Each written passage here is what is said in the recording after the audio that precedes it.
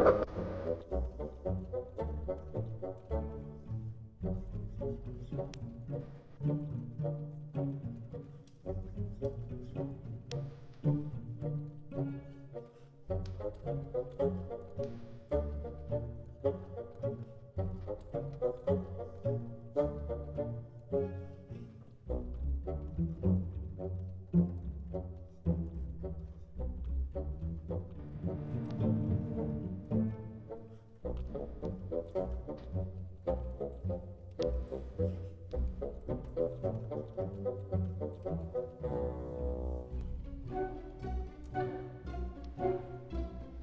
केंद्रीय बजट 2026-27 आ गया है और हर साल की तरह भारी भरकम शब्द, बड़े बड़े आंकड़े सब तरफ हैं।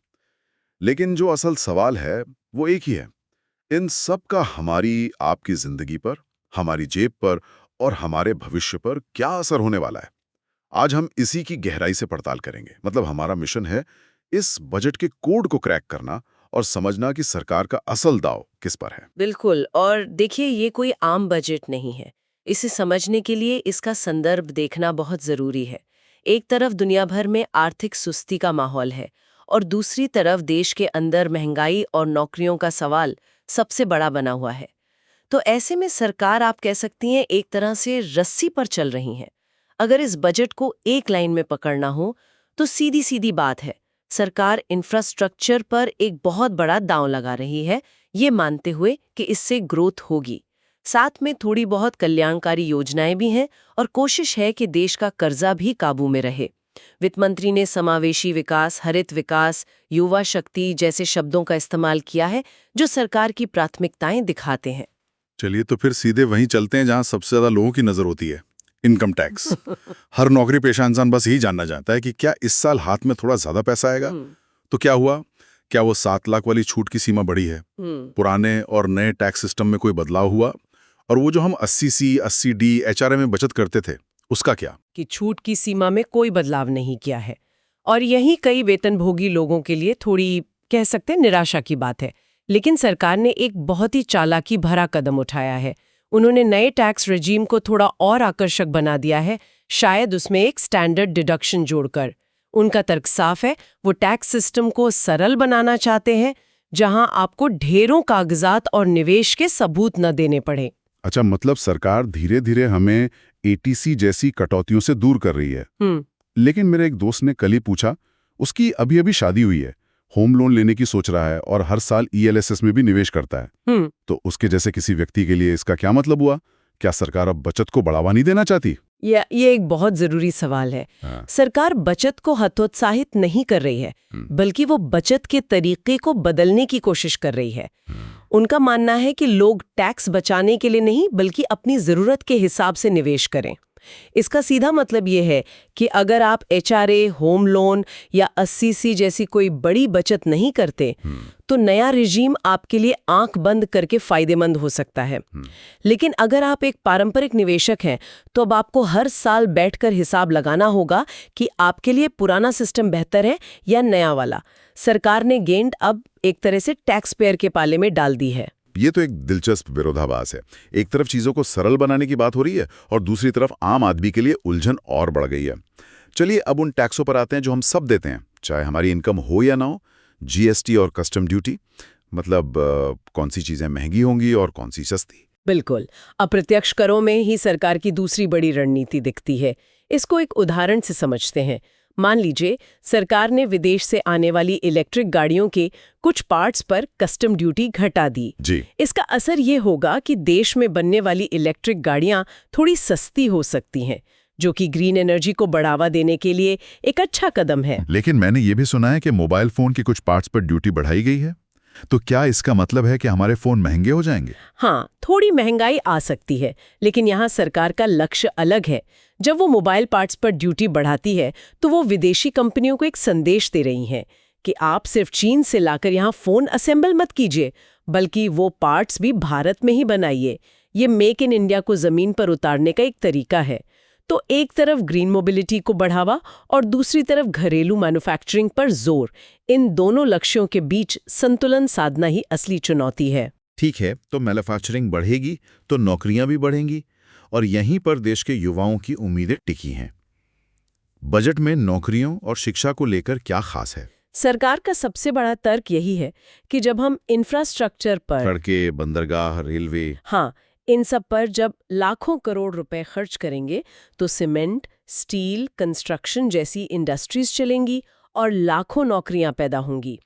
कागज पर ये तर्क बिल्कुल सही लगता है। लेकिन यहाँ एक सवाल मेरे मन में आता है, ये जो नौकरियां हैं, क्या ये वैसी नौकरियां हैं जिनकी आज के पढ़े लिखे युवाओं को तलाश है? एक इंजीनियरिंग ग्रेजुएट या एमबीए किया हुआ युवा शायद कंस्ट्रक्शन साइट पर काम करने में अपनी जगह न देखे। उनके लिए क्या है? आपने बिल्कुल नब्ज पकड़ी है और शायद सरकार भी इस सवाल को समझती है। इसीलिए बजट में कौशल विकास यानी स्किल डेवलपमेंट पर बहुत जोर दिया गया है। कोडिंग, आर्टिफिशियल इंटेलिजेंस जिसे हम एआई कहते हैं, रोबोटिक्स और ग्रीन जॉब्स ग्रीन जॉब्स जैसे सोलर पैनल लगाना या ईवी की मरम्मत करना। इन भविष्य की नौकरियों के लिए नए ट्रेनिंग प्रोग्राम की घोषणा की गई है। सरकार का दाव ये है कि हम आज के युवाओं को कल की इंडस्ट्री के लिए तैयार करें। लेकिन असल परीक्षा ये होगी कि क्या ये ट्रेनिंग प्रोग्राम सिर्फ कागजों पर रहेंगे या सच में छोटे शहरों और कस्बों तक पहुंचकर युवाओं को रोजगार दिला पाएंगे। मतलब एक तरफ आज की जरूरत के लिए इंफ्रास्ट्रक्चर वाली नौकरियां और दूसरी तरफ कल के लिए स्किल डेवलपमेंट। ठीक है, अब नौकरियों और उद्योगों की बात तो हो गई, लेकिन अर्थव्यवस्था की रीढ़ तो हमारा कृषि क्षेत्र है। किसानों और गांवों के लिए इस बजट के पिटारे में क्या निकला? यहाँ पर भी वही लंबी अवधि की सोच और तत्काल राहत के बीच का एक तनाव दिखता है। बजट में एग्रीटेक पर जोर है। एग्रीटेक मतलब खेती में टेक्नोलॉजी? हाँ, खेती में टेक्नोलॉजी का इस्तेमाल। ड्रोन से कीटनाशक का छिड़काव, सैटेलाइट इमेजिंग से फसल का अनुमान और डिजिटल मंडियों की बात की गई है। पीएम किसान जैसी योजनाओं का आवंटन भी जारी है। ये सब सुनने में तो बहुत भविष्यवादी लगता है, लेकिन आज जो किसान दिल्ली की सीमाओं पर या अपने गांव में प्रदर्शन कर रहा है, उसकी चिंता तो डीजल, खाद और बीज की बढ़ती कीमतें हैं। क्या उसे तत्काल कोई राहत मिली? यही इस बजट का सबसे बड़ा बहस का मुद्दा है। किसानों को लगता है कि टेक्नोलॉजी अच्छी बात है, लेकिन जब तक खेती की लागत कम नहीं होगी और फसल का सही दाम यानी एमएसपी मिलने की गारंटी नहीं होगी, तब तक उनकी आय कैसे बढ़ेगी। सरकार का कहना है कि हम जो सड़कें बना रहे हैं पीएमजीएसवाई के तहत और जो कोल्ड स्टोरेज बना रहे हैं, उससे किसानों को अपना माल बाजार तक ले जाने में आसानी होगी और उनकी बर्बादी कम होगी। यह एक लंबी अवधि का समाधान है, लेकिन किसान को आज राहत चाहिए। यह एक तरह से बड़ी तस्वीर बनाम जमीनी हकीकत की लड़ाई है। तो मतलब किसानों की आय बढ़ाने की बात तो है, लेकिन उसका रास्ता इंफ्रास्ट्रक्चर से होकर जाता है। और शायद यही इस पूरे बजट का सबसे बड़ा फोकस एरिया भी है, इंफ्रास्ट्रक्चर और मैन्युफैक्चरिंग। इस पर थोड़ा और विस्तार से बताइए। बिल्कुल, इस बजट का अगर कोई हीरो है तो वो है कैपिटल एक्सपेंडिचर, पूंजीगत व्यय। हाँ, पूंजीगत व्यय। इसे आसान भाषा में समझिए। सरकार के पास दो तरह के खर्चे होते हैं। एक जो रोजमर्रा के काम चलाने के लिए होता है, जैसे सैलरी देना, सब्सिडी देना, और दूसरा जो भविष्य के लिए संपत्ति बनाने पर खर्च होता है, जैसे नई सड़कें, पुल, फैक्ट्री। बिल्कुल, एयरपोर्ट बनाना। इस दूसरे वाले खर्चे को ही कैपेक्स कहते हैं। सरकार ने इस पर रिकॉर्ड खर्च करने का ऐलान किया है। अच्छा, और इसका अर्थव्यवस्था पर क्या असर होता है? यहाँ एक दिलचस्प आंकड़ा है। अर्थशास्त्रियों का मानना है कि सरकार जब कैपेक्स पर 1 रुपया खर्च करती है तो अर्थव्यवस्था में लगभग 2.5 से 3 रुपए की गतिविधि पैदा होती है। ओहो, मतलब एक मल्टीप्लायर इफेक्ट है। हाँ, बिल्कुल, एक मल्टीप्लायर इफेक्ट। इसके साथ ही मेक इन इंडिया को ताकत देने के लिए पीएलआई यानी प्रोडक्शन लिंक्ड इंसेंटिव स्कीम का दायरा बढ़ाया गया है। दिलचस्प बात यह है कि इस बार खिलौना मैन्युफैक्चरिंग और कुछ खास तरह के मेडिकल डिवाइस को भी इसमें शामिल किया गया है। सरकार का दाव साफ है, चीन पर निर्भरता कम करो और भारत को दुनिया की फैक्ट्री बनाओ। तो सरकार का दाव ये है कि ये जो आर्थिक गतिविधि का चक्र घूमेगा, उससे जो टैक्स आएगा उसी पैसे से फिर सामाजिक योजनाओं को फंड किया जाएगा, जैसे स्वास्थ्य, शिक्षा और महिला कल्याण। एकदम सही, यही पूरा मॉडल है। बजट में आयुष्मान भारत योजना के लिए आवंटन बढ़ाया गया है, नए मेडिकल कॉलेज खुलने की बात है, महिलाओं के लिए स्वयं सहायता समूह मतलब सेल्फ हेल्प ग्रुप्स को और मजबूत करने की योजना है, पीएम आवास योजना के तहत और घर बनाने का लक्ष्य रखा गया है। सरकार का तर्क है कि हम पहले केक को बड़ा बना रहे हैं ताकि फिर सबके लिए बड़ा टुकड़ा मिल सके। लेकिन यहाँ विपक्ष या जो आलोचक हैं वो ये सवाल उठा सकते हैं कि क्या ये आवंटन महंगाई दर को ध्यान में रखते हुए पर्याप्त हैं? मान लीजिए स्वास्थ्य बजट में 10% की बढ़ोतरी हुई, लेकिन अगर मेडिकल महंगाई 15% की दर से बढ़ रही है तो क्या ये असल में एक बढ़ोतरी है या कटौती? ये एक बहुत ही वैध आलोचना है। नंबरों को हमेशा महंगाई के चश्मे से देखना चाहिए। सरकार का पक्ष ये है कि हम एक टिकाऊ मॉडल बना रहे हैं, लेकिन आलोचकों का कहना है कि जब तक केक बड़ा होगा तब तक शायद आम आदमी की जरूरतें और बढ़ चुकी होंगी। एक शब्द जो हर बजट के बाद हम सब सुनते हैं वो है फिस्कल डेफिसिट या राजकोषीय घाटा। ये हमेशा थोड़ा कंफ्यूजिंग लगता है। क्या आप इसे ऐसे समझा सकती हैं कि जैसे ये किसी घर का बजट हो? जरूर। मान लीजिए आपके घर की महीने की आमदनी 100 रुपए है, लेकिन आपका कुल खर्चा 120 रुपए है। तो यह जो 20 रुपए का अंतर है, यही आपका घाटा है। इस घाटे को पूरा करने के लिए आपको या तो उधार लेना पड़ेगा या अपनी कोई पुरानी बचत तोड़नी पड़ेगी, है ना? सही है। ठीक। इसी तरह जब सरकार का खर्च उसकी आमदनी से ज्यादा हो जाता है तो उसे राजकोषीय घाटा कहते हैं। और इस घाटे को पूरा करने के लिए सरकार बाजार से कर्ज लेती है।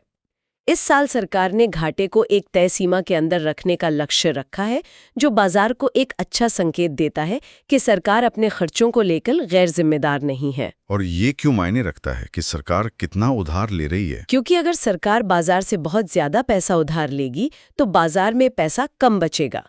इससे ब्याज दरें बढ़ सकती हैं, जो आपके होम लोन और कार लोन को महंगा कर सकती हैं।